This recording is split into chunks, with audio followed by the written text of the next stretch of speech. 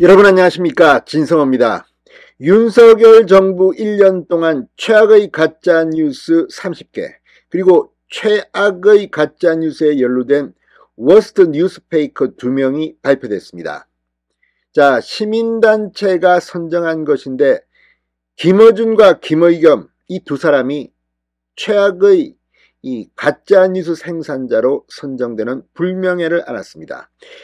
그리고 이 30건의 가짜뉴스를 보면 이재명 대표와 민주당은 창피한 줄 알아야 할 것 같습니다. 어떤 뉴스들이 포함됐을까요?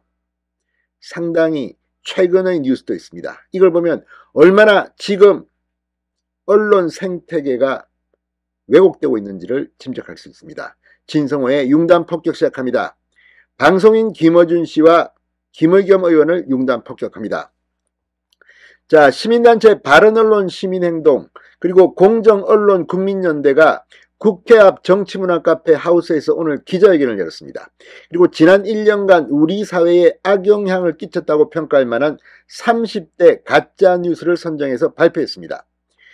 이 가짜뉴스 30개를 선정한 기준이나 이 선정은 이 두 단체가 담당했습니다.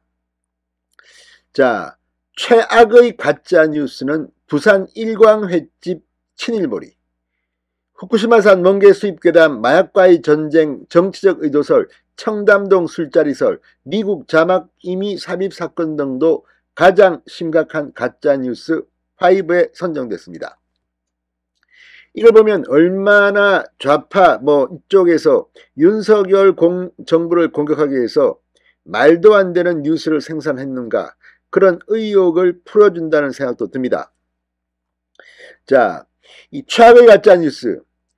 한 유튜브 매체가 올해 4월 8일 윤석열 대통령이 일부 국회의원, 광역자치단체장 그리고 장관들과 만찬을 가진 부산 해운대의 일광횟집의 일광이 우길기를 상징한다고 주장했던 것이 선정됐습니다. 이 식당의 상호 일광, 이 소재지읍의 지명 일광읍에서 따온 것이며 일광읍이라는 지명도 인근 일광산에서 유래된 것으로 밝혀졌습니다.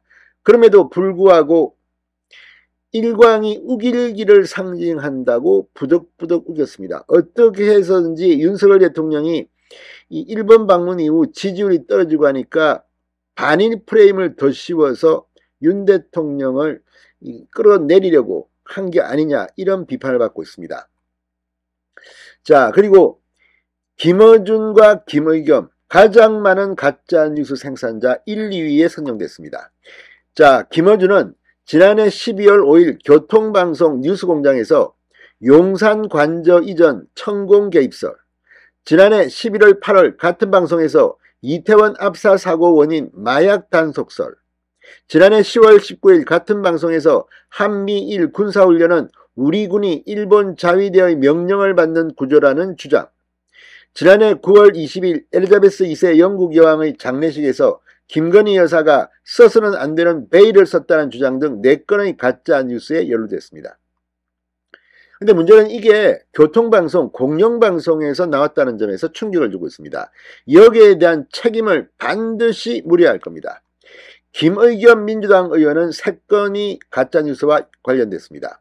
지난해 10월 24일 윤석열 대통령과 한동훈 법무부 장관 등이 청담동에서 심야 술자리를 가졌다는 주장, 이건 지금 경찰 수사를 받고 있습니다. 올해 1월 29일 도이치모터스 주가 조작 사건 담당 검사들이 좌천됐다는 주장, 지난해 9월 1일 김건희 여사 명품 재산 신고 누락설 등 3건의 가짜뉴스와 관련됐습니다. 이에 따라 바른언론 시민행동과 공정언론 국민연대는 김어준과 김의겸을 더 워스트 뉴스페이크로 선정했다고 밝혔습니다. 자, 그런데 문제는 이런 데에 대한, 이 가짜뉴스에 대한 책임을 과연 얼마나 묻고 있냐는 겁니다. 이 부분이 가장 중요합니다. 자, 물론 이 가짜뉴스 30, 이것은 이 언론단체의 기준에 따라 바뀐 것입니다. 이걸 책임을 물기 위해서는 또 다른 팩트 체크, 또 다른 이 법률적인 심의가 있어야 합니다. 예단하지는 않겠습니다. 그럼에도 불구하고 이 뉴스 제목들만 봐도 대충 어떤 상황인지 눈길이 갑니다. 어떤 경우는 굉장히 심각한 경우도 있습니다. 이 외에도 윤석열 대통령이 말하지도 않은 미국이라는 단어가 방송 자막으로 임의로 삽입된 사건, 양이원영 민주당 의원이 윤 대통령을 향해 왜 넷플릭스에 투자하느냐고 따져 물은 사건, 한동훈 장관의 딸이 불법 스펙으로 MIT에 입학했다는 주장, 김진태 강원도지사가 휴일 새벽 골프 연습장에 갔던 것이 그날 저녁 산불 와중에 골프장에 나간 것으로 잘못 보도된 사건, 이런 것들이 가짜 뉴스로 등재됐습니다. 자, 아무튼 이 부분에 대해서 만약에 반론권을 행사하려면 이 시민단체에 항의하기 바랍니다. 그래서 진실은 반드시 규명되어야 할 것으로 보입니다. 신성호의 융단 폭격이었습니다. 여러분 감사합니다.